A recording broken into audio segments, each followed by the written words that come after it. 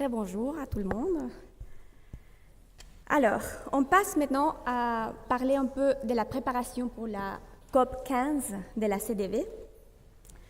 Les bilans où on se trouve maintenant, quel bilan pour l'atteinte des objectifs d'Aichi et quelles priorités d'ici au 2020. Alors, on a peu de temps. Et qu'est-ce qu'on attend de ces nouveaux cadres global ou mondial d'action après 2020 pour la biodiversité. C'est bien que je commence par cette diapositive. On parlait ce matin déjà sur la différence qu'on voit dans les médias, de la couverture ou le nombre d'articles qu'on voit par rapport au changement climatique en comparaison avec les articles qui parlent de la biodiversité ou les problématiques liées à la biodiversité. Et on voit une disparité énorme. Il y a eu beaucoup de criticisme ou critiques par rapport à cette analyse ou cet article, les paramètres de comparaison, etc., etc. Mais je crois que c'est un bon message à maintenir. Ça est apparu dans le Frontiers of Ecology and Evolution au début de cette année. Et c'est une étude, une analyse qui a vu comparer les nombres d'articles publiés par mois au Canada, au Royaume-Uni et aux États-Unis entre les deux sujets. Et on voit en marron les nombres d'articles en changement climatique par rapport au vert, qui c'est le nombre d'articles sur la biodiversité. Alors, on doit se demander pourquoi. Qu'est-ce qu'il y a derrière ce type Il n'y a pas une prise de conscience par rapport à la problématique ou les problématiques associées à la biodiversité. Est-ce que les gens ou nous ne comprenons pas les liens, en effet, entre la biodiversité et les changements climatiques? Qu'est-ce qui se passe? Pourquoi on n'arrive pas à avoir plus d'articles dans les médias qui parlent de biodiversité?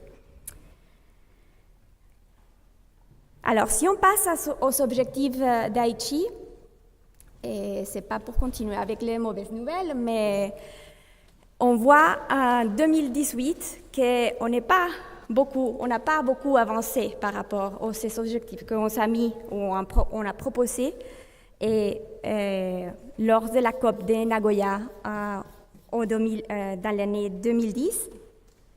Et qu'est-ce qu'on voit?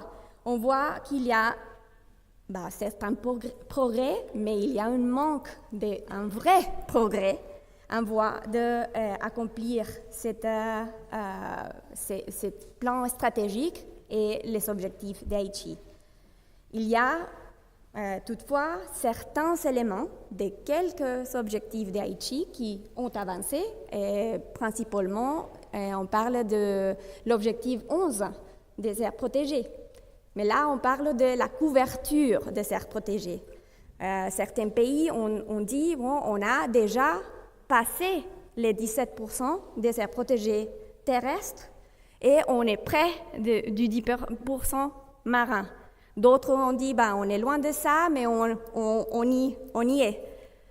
Là, c'est un exemple, un des 20 objectifs d'Aichi qu'on s'est proposé, qui a avancé, aux quelques éléments. Mais si on voit là-dedans, dans l'objectif 11, il y a plusieurs éléments dans cet objectif. Ce n'est pas seulement la couverture des aires protégées, ce n'est pas le nombre de kilomètres qu'on va mettre dans des aires protégées.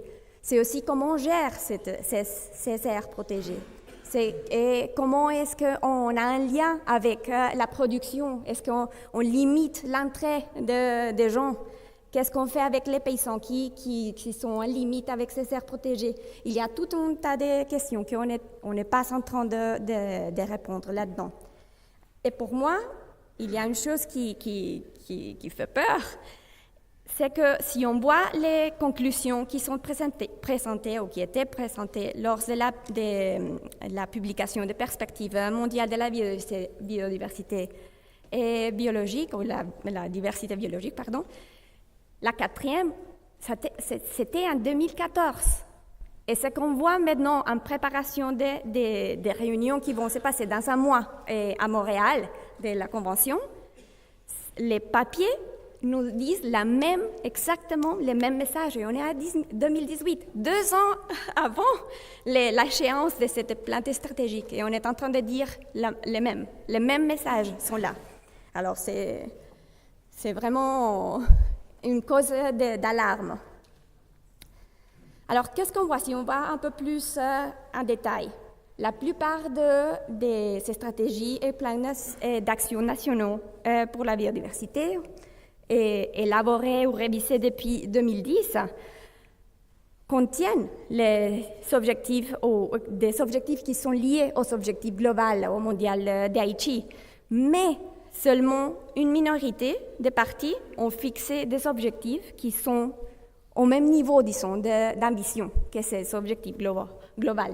Alors, on a une disparité entre ce qui se passe au niveau national et ce qu'on adopte au niveau global qui doit nous montrer les chemins. Aussi, on prend les analyses de progrès sur la base de ces stratégies nationales et aussi sur la base des 5e rapports nationaux. Mais toutes les informations ne sont là. Alors, il y a des informations qui ne sont pas rapportées. Et l'information qui est rapportée est parfois insuffisante ou pas actualisée. Alors, il semble que des mesures prises sont insuffisantes par rapport aux pressions et on continue dans le même chemin des crises de la biodiversité. Mais, et il y a un grand mais là, et c'est que la conservation fonctionne, on le constate, il y a des succès, mais peut-être on n'est pas en train de mettre tous ces succès dans le même sac et mesurer de la même façon les succès. Mais il y a des cas de progrès, il y a des cas de succès, mais parfois, c'est la façon de les rapporter. Il y a des articles, par exemple, qui sont publiés dans des publications qui ne sont pas peer-reviewed ou qui ne sont pas connues, ou d'autres langues qui ne sont pas l'anglais, par exemple. Alors, on ne les met pas dans les rapports généraux. Alors, il y a un manque aussi d'informations par rapport au succès. Mais on peut parler de l'aperçu, de l'espoir. Pourquoi? Parce qu'on voit ici, dans ce côté, les réponses sont en train de... Il y a beaucoup de réponses, il y a de l'action, mais il faut l'accélérer, il faut la continuer par rapport aux différents autres indicateurs qui nous disent qu'on est en train de continuer comme ça ou de chuter. Je ne veux pas que vous lisiez tout ça. Sébastien me regarde comme disant non, parce qu'il m'a dit que personne ne va lire tout ça. Mais c'est juste pour dire, en changeant maintenant, si on voit, ça c'est le bilan plus ou moins où on est. Mais si on voit qu'est-ce qu'on va faire d'ici à 2020 et en vue d'adopter un autre plan stratégique ou un nouveau cadre, le mandat est donné par la décision qui a été prise à Cancún, au Mexique, avec la décision 13.1, et spécifiquement ce paragraphe-là, qui nous demande d'avoir un processus complet et participatif pour élaborer ces nouveaux plans, qui soit consulté, largement consulté, et qui tient compte beaucoup de choses. Parmi ces choses, les rapports de IPBES, qui ont été déjà mentionnés. Pour l'OICN, le lien avec les programmes de développement durable à l'horizon 2030 et les objectifs de développement durable doivent être les points de partie, c'est-à-dire pour ces nouveaux cadres. Pourquoi? Parce qu'on voit qu'à la base, et ça, on parle de ces wedding cakes ou de ces gâteaux de mariage, où à la base, on voit les objectifs de développement durable qui sont liés à la nature. Et si on enlève cette partie du gâteau, tout va s'écouler. Alors, c'est ça notre idée, c'est-à-dire de mettre en avance les liens entre ce qu'il y a dans le cadre actuel d'Aichi par rapport aux ODD.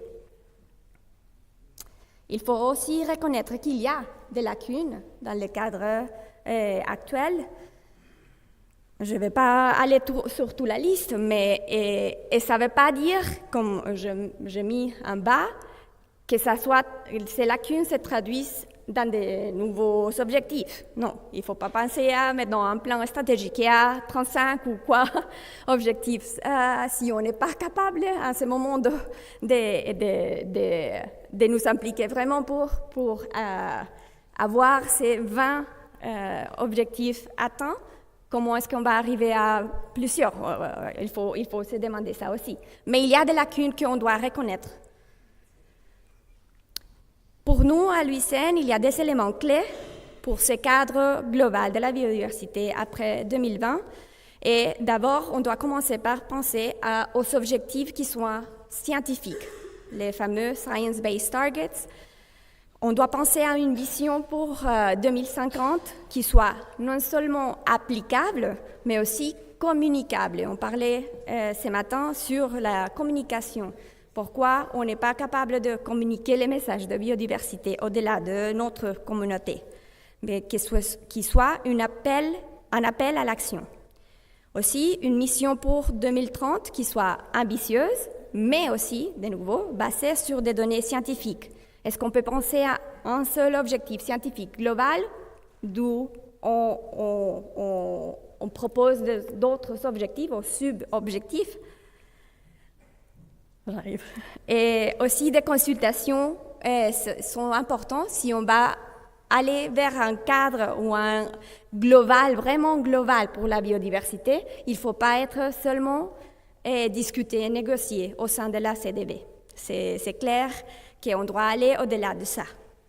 Et finalement aussi intégrer les leçons apprises dans d'autres processus internationaux, comme l'accord de Paris par exemple, mais pas seulement. Il y a d'autres exemples qu'on doit regarder. Qu'est-ce qui se passe dans d'autres domaines aussi, qui peut nous aider à informer ce cadre de biodiversité. Ça, c'est aussi juste pour vous montrer qu'il y a des millions de choses, d'événements qui vont se passer officiellement dans le cadre de la CDV. Ça, c'est la CDV, d'autres processus liés, et ce n'est pas tout. Alors, on doit vraiment penser où sont les points d'influence. Où est-ce qu'on doit se concentrer pour ne pas nous disperser partout et perdre ces moments qu'on a et l'opportunité qu'on a. Et bien sûr, sans oublier la réunion des solutions pour la biodiversité, et c'est exactement le congrès à Marseille, qui est placé non seulement juste, disons, vraiment dans un moment parfait pour influencer cette COP en Chine, mais aussi qui, dans ces préparations, par exemple, dans l'année prochaine, on va voir comment, pendant toute l'année, il va y avoir des réunions régionaux ou des forums régionaux en préparation du congrès, mais que soit aussi des opportunités pour influencer ce qui va se passer à la CDB et après Marseille. Et de nouveau, je vous remercie.